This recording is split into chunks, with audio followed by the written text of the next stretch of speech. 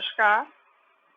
आज हम close packed structure FCC के बारे में चर्चा करेंगे। इससे पहले के वीडियो में हमने क्लोज्ड पैक्ड स्ट्रक्चर एचसीपी मतलब हेक्सागोनल क्लोज्ड पैक्ड स्ट्रक्चर के बारे में चर्चा की थी। उसमें हमने बात की थी कि मेटेलिक क्रिस्टल अधिकतर क्लोज्ड पैक्ड स्ट्रक्चर का निर्माण करते हैं। हम क्लोज्ड पैक्ड स्ट्रक्चर को एटम्स को हार्ड स्फीयर मानते हुए स्टडी करते हैं। हमने उस वीडियो में बात की थी कि यदि हम इन हार्ड स्फीयर्स को, जिन्हें कि हम एटम से रिप्लेस कर रहे हैं, यदि हम इस तरह से एक लाइन में व्यवस्थित करना चाहें जिससे कि उनके बीच में दूरी न्यूनतम हो, मिनिमम हो, तो हम उसे इस प्रकार रखेंगे। अब यदि दूसरी लाइन को व्यवस्थित करना है तो फिर इन एटम्स के बीच में जो जगह होगी वहां पर वो प्लेस किए जाएंगे, जिससे जो उनके बीच की दूरी है, जो बीच की जगह है, बीच की स्पेस है, वो मिनिमम हो, न्यूनतम हो। इसी तरह से नेक्स्ट लाइंस इनके बीच में प्लेस की जाएंगी।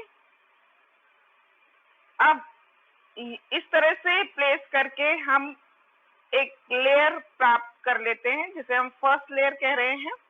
अब इसके ऊपर यदि हम दूसरी लेयर, सेकेंड लेयर व्यवस्थित करना चाहें तो इन एटम्स के ऊपर तो हम व्यवस्थित नहीं कर सकते दूसरे एटम्स को, तो इनके बीच बीच में आपको दूसरे लेयर के लिए एटम्स रखने पड़ेंगे।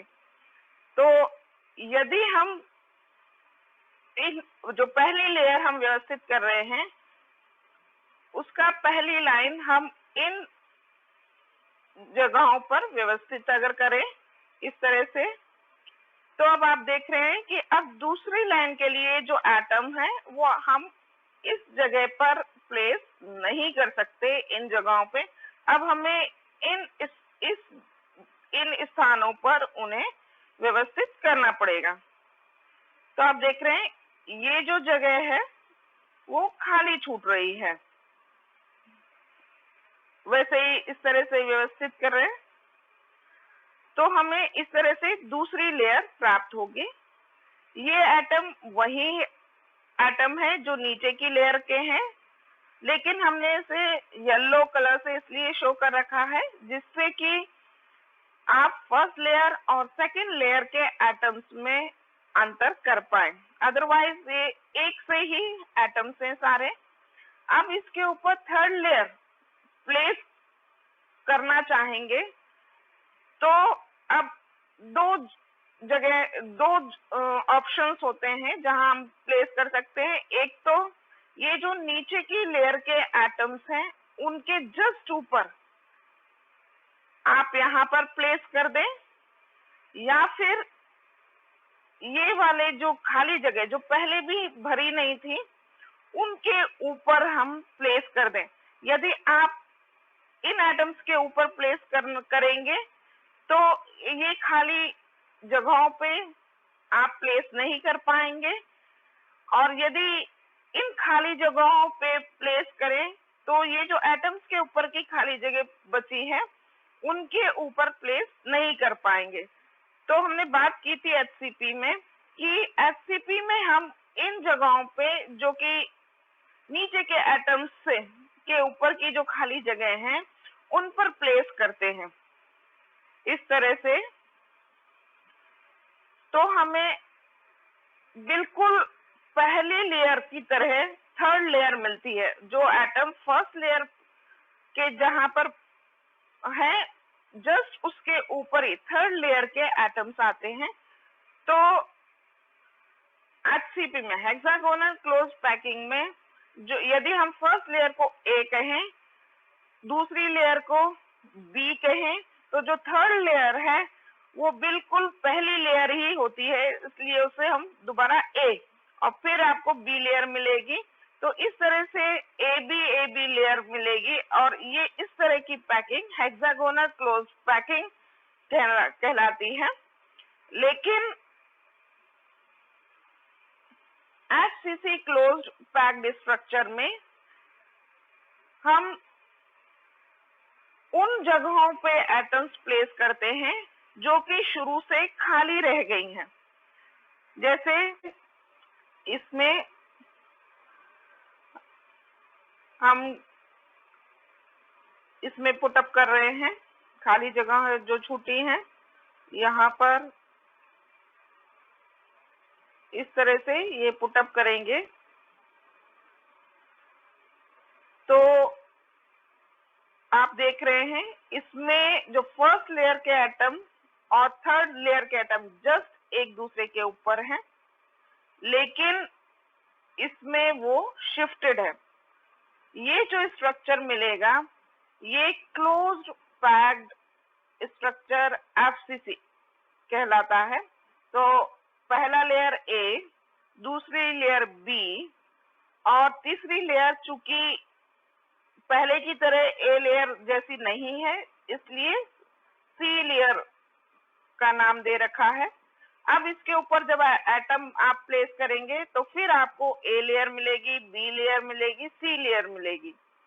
तो ये आपका क्लोज पैक्ड स्ट्रक्चर एफसीसी मिलता है।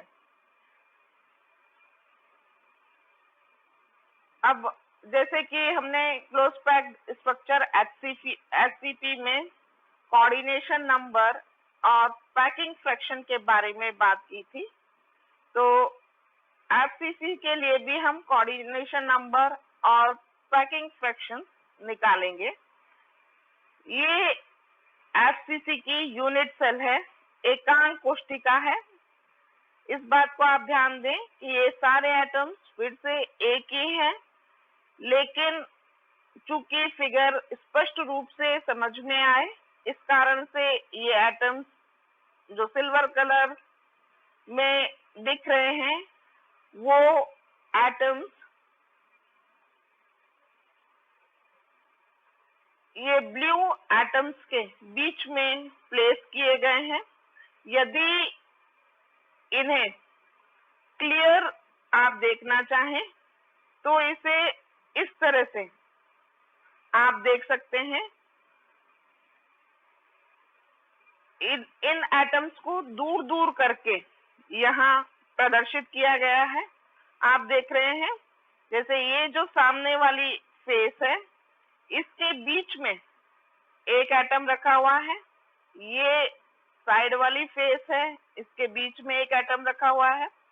ये नीचे वाली फेस है, इसके बीच में एक एटम है।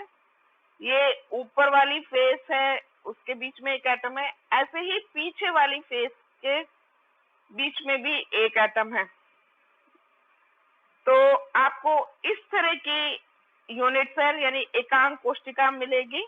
तो ये कॉर्नर्स, ये एक घन है, ये घन को प्रदर्शित कर रही है। घन के कॉर्नर्स पे एक एक एटम है, और इसके फेसेस पे, फलकों पर के बीच बीच में एक एक एटम है। ये एक फल, इसके बीच में एटम है, ये इसके बीच में एक एटम है, ये वाली फलक के बीच में एक एटम है। ये एटम पीछे वाली फेस के फलक के बीच में है, और ये वाली फलक यानी फेस के बीच में ये एटम है। तो ये जो सिल्वर कलर से आपको प्रदर्शित किए गए हैं वो एटम है जो कि फलक के बीच में, मतलब फेस के बीच में, जो क्यूब है उसके फेस के मिड में रखे हुए हैं। इस जिससे फिगर क्लियर हो इसलिए इनका कलर सिल्वर कर दिया गया है। अदरवाइज ये सब एक ही एटम्स हैं, उनका रेडियस भी एक ही है। अब हम इसमें एक यूनिट सेल में एकांक कोशिका में कितने एटम्स होते हैं उसके बारे में बात कर रहे हैं। जब आप इसको एक तरह जब देख रहे हैं तो आपको ऐसा लग रहा है कि कॉर्नर पे तो 8 एटम है और 6 फेसेस पे एटम है, तो ये 8 एटम, ये 9, 10, 11, 12, 13, 14 एटम्स लगते हैं, लेकिन वास्तव में इसके पास 14 एटम्स नहीं है, क्योंकि हम जानते हैं, हमने बात की थी कि एकांक कोशिका का यदि आप त्रिविम में रिपीट करें तो आपको पूरा क्रिस्टल प्राप्त होता है। इसे दोबारा से सुन लें कि हमने बात की थी कि यदि आप यूनिट सेल को 3 डायमेंशनल स्पेस में रिपीट करते हैं तो आपको पूरा क्रिस्टल प्राप्त होता है।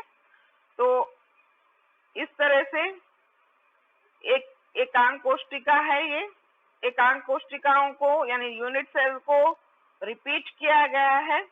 तो ये फेस, तो आप देख रहे हैं, ये कॉर्नर वाला एटम की बात करें, यदि कोई क्यूब है उस पे कॉर्नर का एटम है, तो रिपीट करने पे आप देख रहे हैं ये जो एटम है ये येलो, ब्लू, रेड और इस वाली यूनिट सेल से शेयर हुआ है, और साथ में नीचे भी 4 यूनिट सेल है।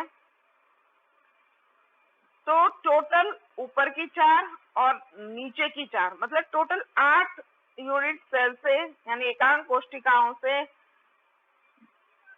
शेयरिंग है इसकी। इस कारण से जो एक यूनिट सेल में इसका शेयर 1/8 यानी 1/8 शेयर होगा इसका। और हम ये 8 ऐसे एटम है, ऊपर 4 और नीचे के 4, तो 8 ऐसे एटम है। तो टोटल इन 8 एटम्स के कारण जो टोटल शेयर होगा एक यूनिट सेल का वो 1/8 × 8 यानी 1। अब इन एटम्स की बात करें जो कि फलक के बीच में है यानी फेस के मिड में रखे हुए हैं, जैसे ये एटम है फेस के मिड में रखा हुआ है। ये एटम नीचे वाली यूनिट सेल और ऊपर वाली यूनिट सेल से ही शेयर कर रहा है। इस कारण से इस एक यूनिट सेल के पास जो शेयर होगा वो आधा होगा, 1/2, और कुल ऐसे 6 एटम्स हैं तो 1/2 × 6 यानी 3, तो 1 + 3 यानी 4। तो ऐसे इसमें बने हुए इस तरह से एटम है कि आपको ऐसा लगता है कि इसके पास 14 एटम है, लेकिन वास्तव में इस एकांक कोशिका के पास जो हिस्सा है एटम्स का, जो शेयर है वो 4 एटम्स के बराबर है। जो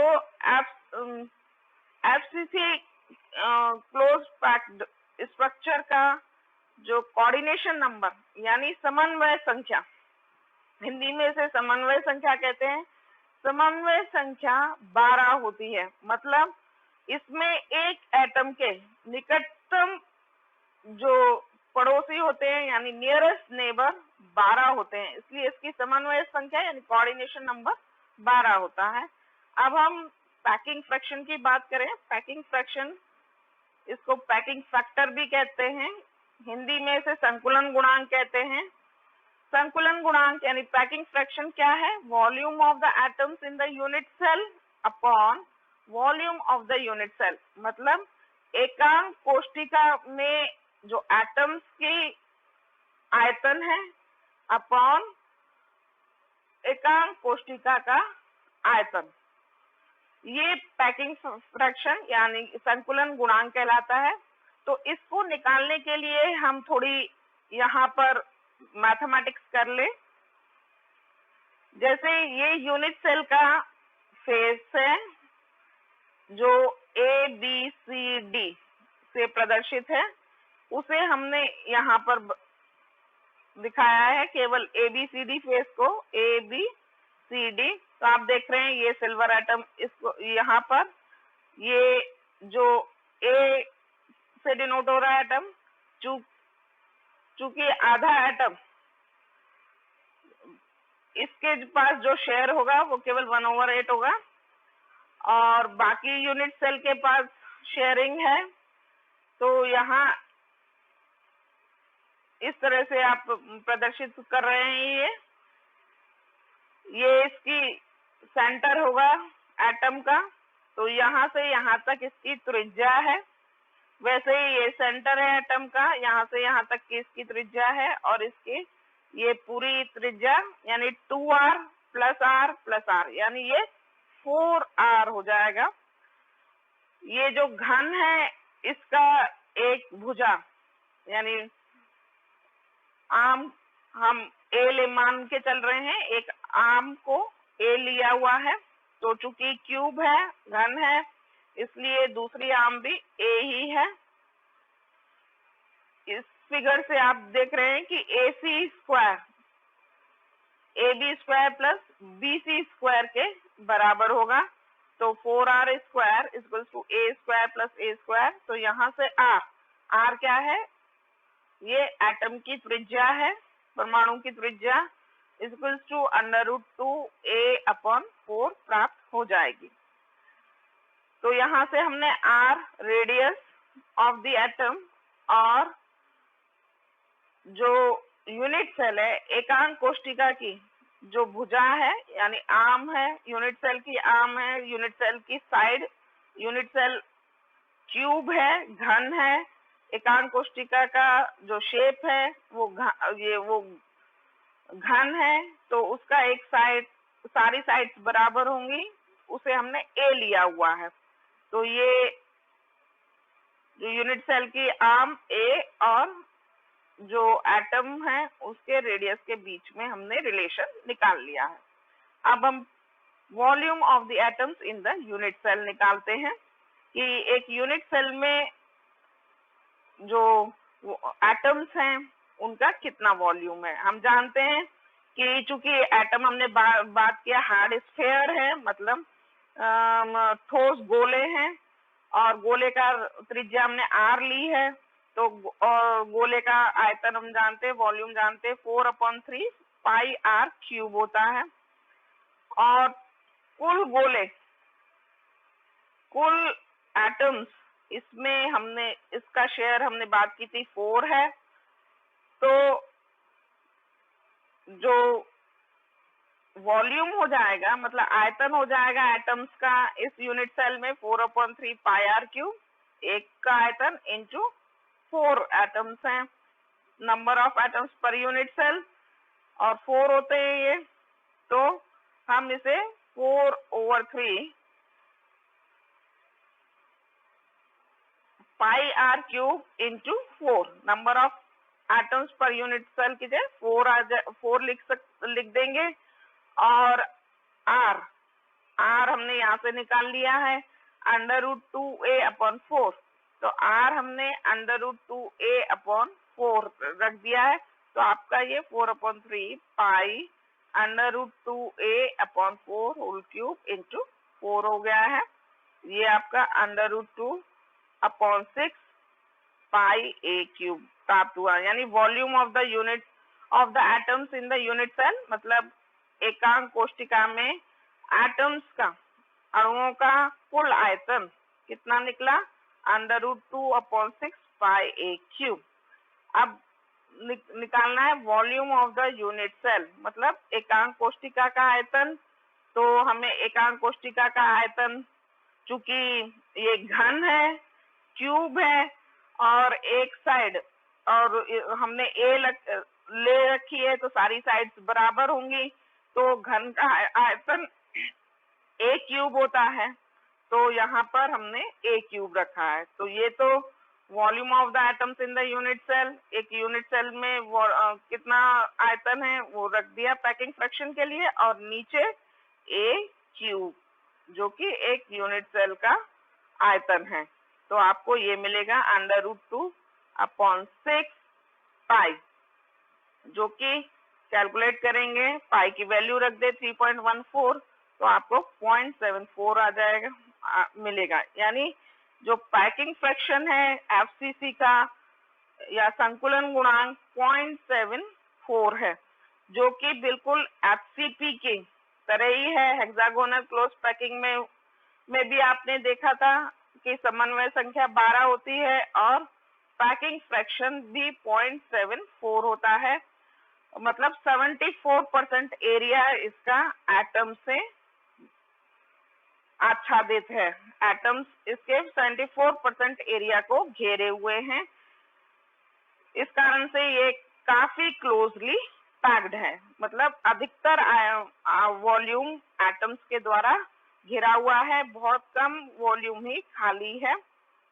इस कारण से ये एचसीपी की तरह ही एक क्लोज्ड पैक्ड स्ट्रक्चर है, और क्लोज्ड पैक्ड स्ट्रक्चर सब वाले क्रिस्टल बहुत स्थायी होता है। Closed packed structure